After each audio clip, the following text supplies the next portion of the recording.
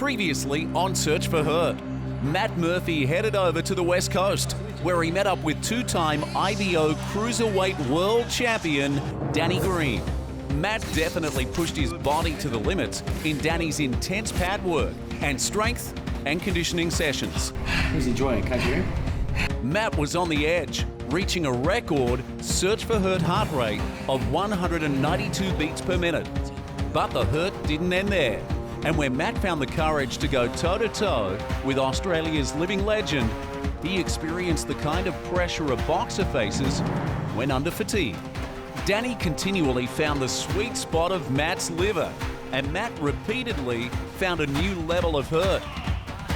That's spicy. But Matt's Perth adventure is far from over, as he attempts to back up the next morning with another group of world champions. Let's see how Matt goes, training with athletes that are the best in their sport. More than ever, this truly is Search for Hurt. When you think of great Australian sporting teams, many names come to mind.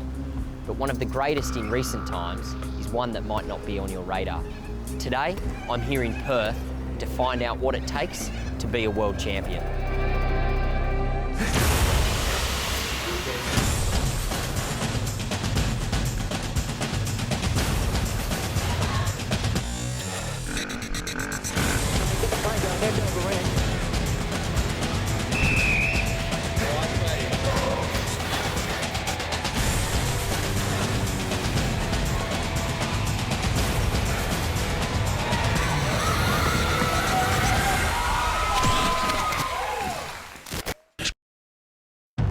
To be a champion, you must sacrifice. You must work hard every day. You must thrive on the challenge, embrace the pain, and overcome the hurt. Because if you don't, your rival will. To be a champion in any division is to have the greatest desire and determination to win. To be a world champion is something truly special. The Kookaburras are the Australian men's national field hockey team and the nation's most successful top-level sporting side. Out of any Olympic sport, the Kookaburras are the only team to receive medals at each of the last 6 Summer Olympic Games. Field hockey is played on an artificial turf with 2 teams consisting of 11 players and 7 subs. Field players must only touch the ball with their stick. There's no offside rule, and the aim is to outscore your opponent. In 2010, the Kookaburras beat Germany 2-1 to win the Hockey World Cup. Then, in a show of force, they retained the title of World Champions in 2014 with a 6-1 demolition of the Netherlands. Simply put, these athletes are undeniably the best at what they do. Matt Murphy will have to dig deep, training in the presence of these champions. I've started my Perth trip with an intense sparring session with Danny Green. And I've woken up with a sharp pain in my liver area, but it's not enough to hold me back. I've headed out to Perth's Curtin University and Training Centre for the Kookaburras, where I meet up with world champion Tim Deven and strength and conditioning coach Brendan Appleby. So what's the first part of today's, 3 to 4 part components of today's workouts? Well, the first part will be just a simple bit for you. We'll just do a 1.5k time trial around the pitch here. A 1.5 kilometre time trial is my kind of workout. It's also my opportunity to shine with what I'm expecting to be a largely skills-based day of training. I'm sure it's something that you'll take in your stride very easily, and hopefully Devo can keep up with you. There are a few reasons why a strength and conditioning coach would implement such a session for a field hockey player. And the number one reason is you have to be fit. A field hockey player can cover up to 9 kilometres in a single game. And when you add to that the upper body effort required when shooting, passing or blocking, it is clear to see that it requires an elite level of fitness to be competitive. The Cookers are fit. I think you'll find as we go into the next couple of drills that we'll do, that it's been able to maintain that high level of fitness in different movement patterns, and then with some skill, with a fair degree of skill. So I think you'll eat this bit up, and then it'd be good to see how you go. So it's after. pretty much a progression through the day of working out Yeah. of raw heart rate, Yep. heart rate over skill, heart rate over more skill. Yes. And Tim's progression's going to be like this, and my progression's going to be like that. That's what we're hoping. Yeah. We'll see. Yeah. I don't like to make excuses, but I'd be lying if I said I was feeling fresh this morning. 3, 2, 1, go.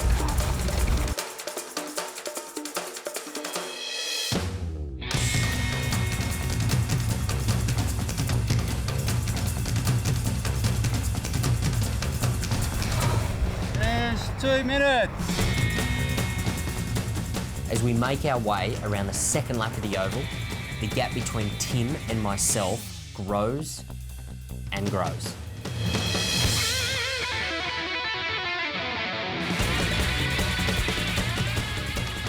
The higher my heart rate gets and the deeper I breathe, the more I'm reminded of the pain that's in my liver. It's starting to throb and it's showing no signs of going away.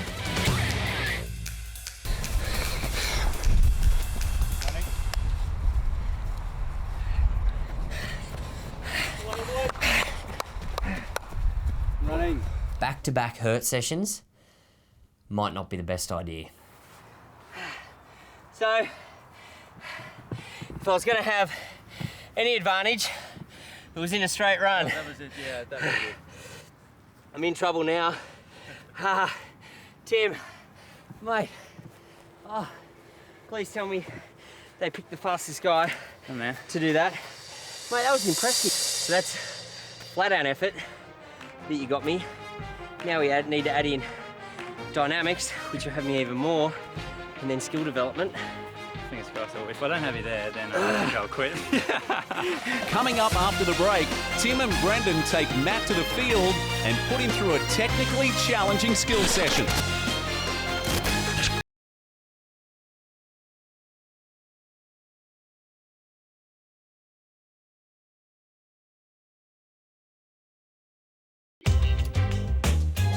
I'm in Perth, where we're training with the world champion field hockey team, the Kookaburras. I've just been put through a 1.5 kilometre time trial, and you could say my results were less than impressive. Now it's time to head to the field, and we can see what I can do with a stick in my hand. I'm not expecting much from myself in this session, as I know very little about the skills required. The thing that makes these guys so good is being able to keep that level of fitness while stopping and starting and changing direction and things like that. So we've got a little circuit in here that involves a mixture of straight line running, sprinting, jogging, change your direction backwards and forwards, and then we'll go into part 3 using the circuit as well. Brendan has set up a circuit that involves a series of short sprints, sudden stops, lunges and turns. After a disappointing time trial, I'm really keen to go hard and impress where I can. Ready, set, go. That's it, side to side. Okay, then from here you get to walk, Turn and sprint. Sprint, sprint, sprint, sprint, sprint. Gotta stop. That's it, over into the time. I can understand how the combination of short sprints and sharp turns would be beneficial in conditioning a player. Which way? Off you go. Turn and sprint out to this red, and then turn the corner, and then you can walk there, white. At the last cone, we turn around and do the entire circuit again in reverse. Walk out. So you stop, start. There you can jog. Get to here, turn and sprint. Go. Sprint, sprint, sprint. Turn the corner, keep the fast run. Having to do this while also dribbling a hockey ball seems well beyond my means. Side. That's it. You finish off with a sprint at the end of this. Okay, and then sprint through. Sprint, sprint, sprint all the way through to the white. I'm done, and now it's Tim's turn. So I did it 137, heart rate was 173. Now it's Tim's turn, so he's got to do 127 or better, but I'm going to be watching like a hawk on those recovery jogs. All right? Set. Yeah. Side, side, Before he's even finished the first sprint, I can tell he's got it over me. side. I'm in trouble. He's fast. The front, the back. Turn and go, turn and go, go, go. Turn there. Yeah. Sprint, sprint all the way through to the white. Tim came in much quicker than me, and it was so impressive to watch. Now it's time to attempt it with a skills component. Okay, so we'll do part 3 now, which is essentially the circuit we just did with some skill. So what we're trying to do today is progress between, the straight line stuff to the movement stuff, and now try and have the same high level of fitness work output with the ball. So stage 3 requires me to use this. This is actually Tim's brand of hockey stick. It's also one of the first times that I've ever held a hockey stick. So fingers crossed, I think it's going to need to be more like a magic wand for me to be able to pull this off. When you're ready, Devo.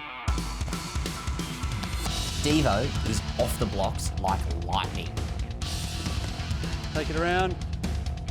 His dribbling is world class.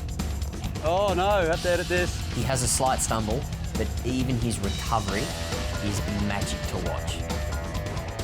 There he goes. Walk. Guess he's popping it in. Stop. Okay, now over to the diamond. I can't even keep up with his movements, and I'm only watching. Far out. This is going to be really tough. Just the speed that he goes through is insane. This is going to be a bit of a joke on my behalf. Okay, keep going. Hold that, Guesty. Good trap. Jog.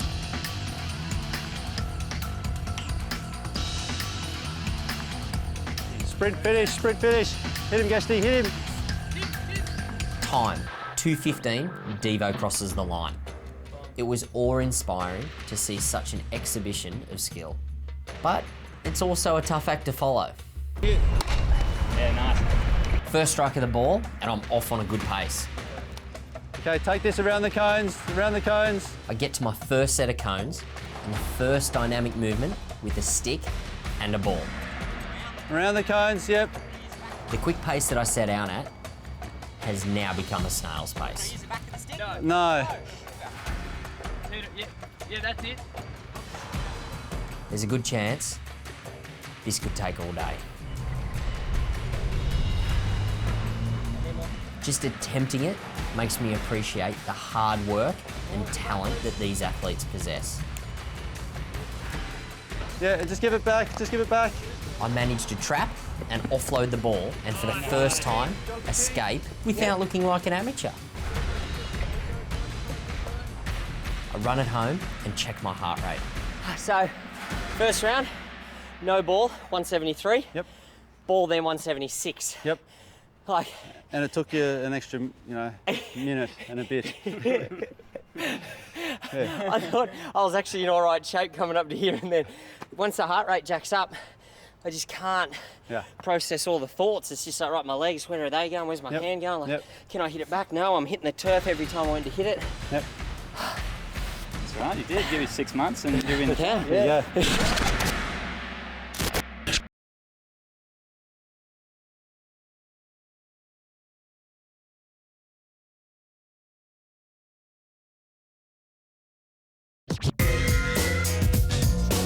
I've been training with Australia's men's field hockey team, the Kookaburras. The day's sessions have given me a good mix of flat-out conditioning and skills-based circuits. I took the opportunity to sit down with Tim and Brendan to talk about the progressiveness of men's field hockey. Have you seen a lot of changes in the game that you've had to adapt to? Yeah, definitely. I think hockey's one of the few sports where they're constantly looking to change and innovate the rules. And I think since I started, there was offside.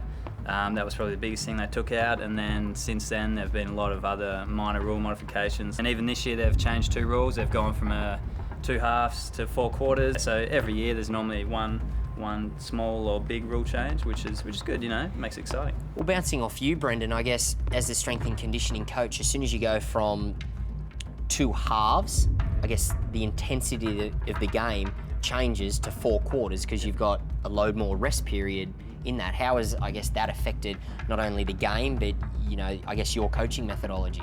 Well, it puts a lot more emphasis on speed in the game, and then a lot more emphasis on recovery after and in between matches. I mean, the thing about the hockey games is it's a tournament setting, so the guys have to back up multiple games within a short period of time and then be at their best right at the end when they're feeling like their worst.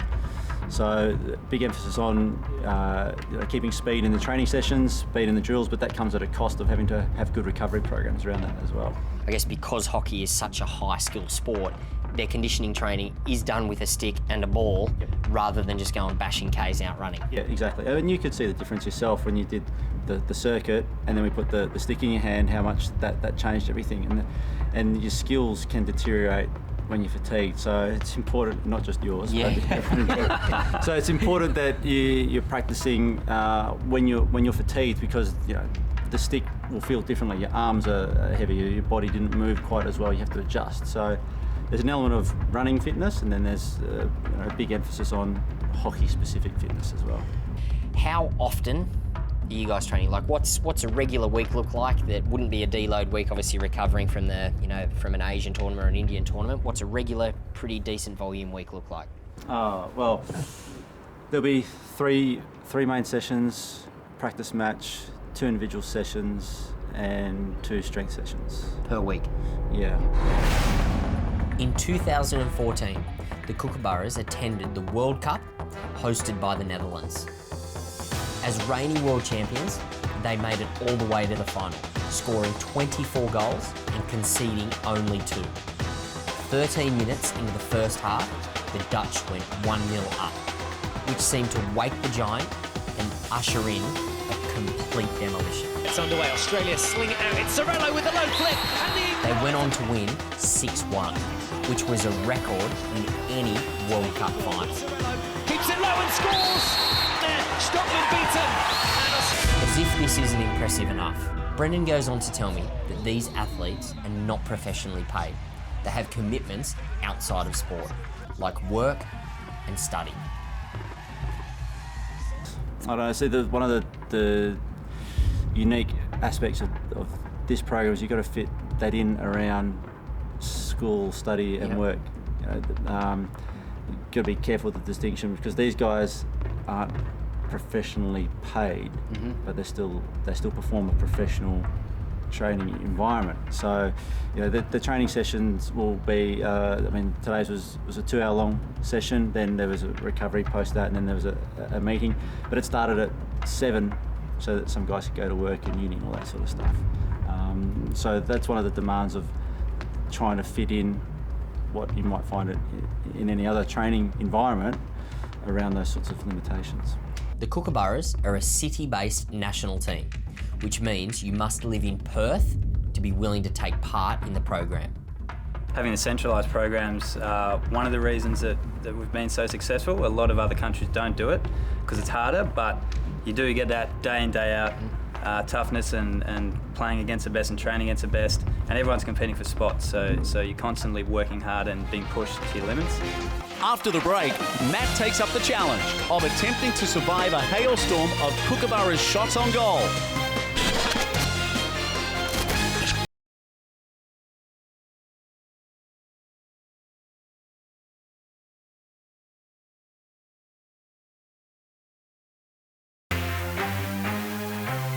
The sun is setting over Curtin University, and the day of training with the Kookaburras is coming to an end. But as with any Search4Hurt adventure, I have been offered a challenge. If the gear required for this challenge is any indicator of how tough it's going to be, I'm in for a rough time. Today, I'm stationed in the goalmouth, where I'm about to try to save an onslaught of world champion shots. And these boys, they can hit them hard. Some shots can even travel up over 130 kilometers an hour. 100-gram ball traveling directly at you at those sorts of speeds is very intimidating, let alone when you're carrying an injury. Goalkeeper Andrew Charter takes me through the arduous process of putting on the many layers of armour. So, after we get the kit on, you said it takes a little while, yeah? Yeah, if you're not experienced at it and you don't have any help, it'll probably take you a good 10 minutes. So. Okay. So where do we start? What do we got to do? So we're going to start at the bottom half down. So we're going to start with the box, arguably the most important part. Andrew walks me through the protective equipment that is needed for my lower body, including the box, thigh protectors, leg guards, and kickers. 2 buckles around the back. But I'm more concerned about what's going to protect me up top. What are we doing for the top half? So next we've got our chest plates. Yep. So. I'm hoping these are thick, mate. I'm hoping they're very thick. Let's say it still hurts a lot if you get hit. Not exactly what I want to hear after the couple of days I've just had. Next are your arm guards. Yep. So this one's and then helmet and gloves. I don't know if you want to put those on now or if you want to wait till you get over to the goal. Guess we can get a feel for it. We can see what happens. Yeah. It might sound stupid, but it doesn't feel like I've got a lot on.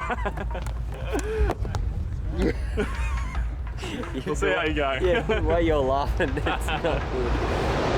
As I slowly and reluctantly make my way to the goals, I'm getting hotter and hotter, and the equipment seems to feel heavier and heavier.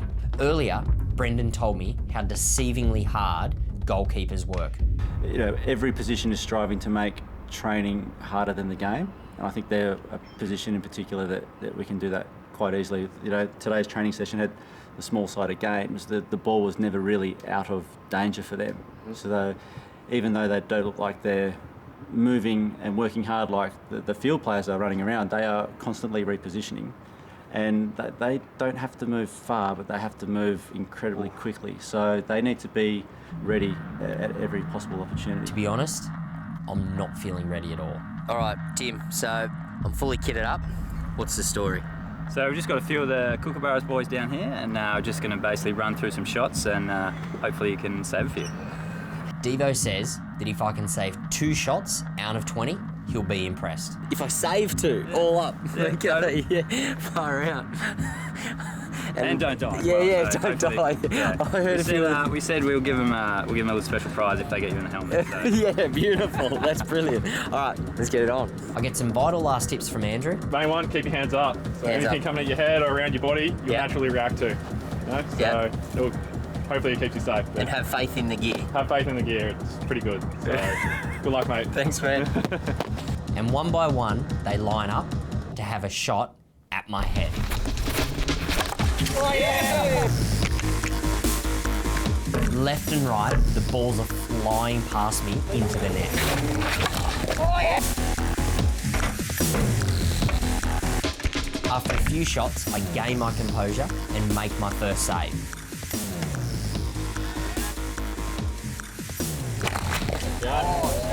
The heat and clunkiness of the gear feels very restrictive. I have sweat pouring into my eyes.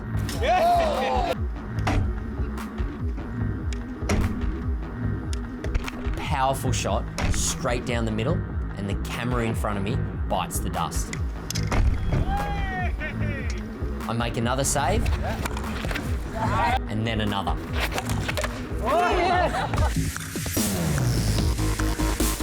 In total, I saved 3 shots, which I couldn't be happier about. It was a great way to wrap up my day. Well, gentlemen, that was good. Very nice. Thanks, mate. That was good. The fastest shot that was fired at me was 138 kilometres per hour. And with that, my day with the Kookaburras and my time in Perth has come to an end. I've done back-to-back Search4Hurt sessions for the first time. I've gained an appreciation for a technical sport that would challenge the fitness levels of any elite sportsman. And although I have a slight issue with my ribs, I've made it through a day with the world's best. To be in the company of athletes who have the will and desire to be the best is a real privilege. And another reason why I love my job.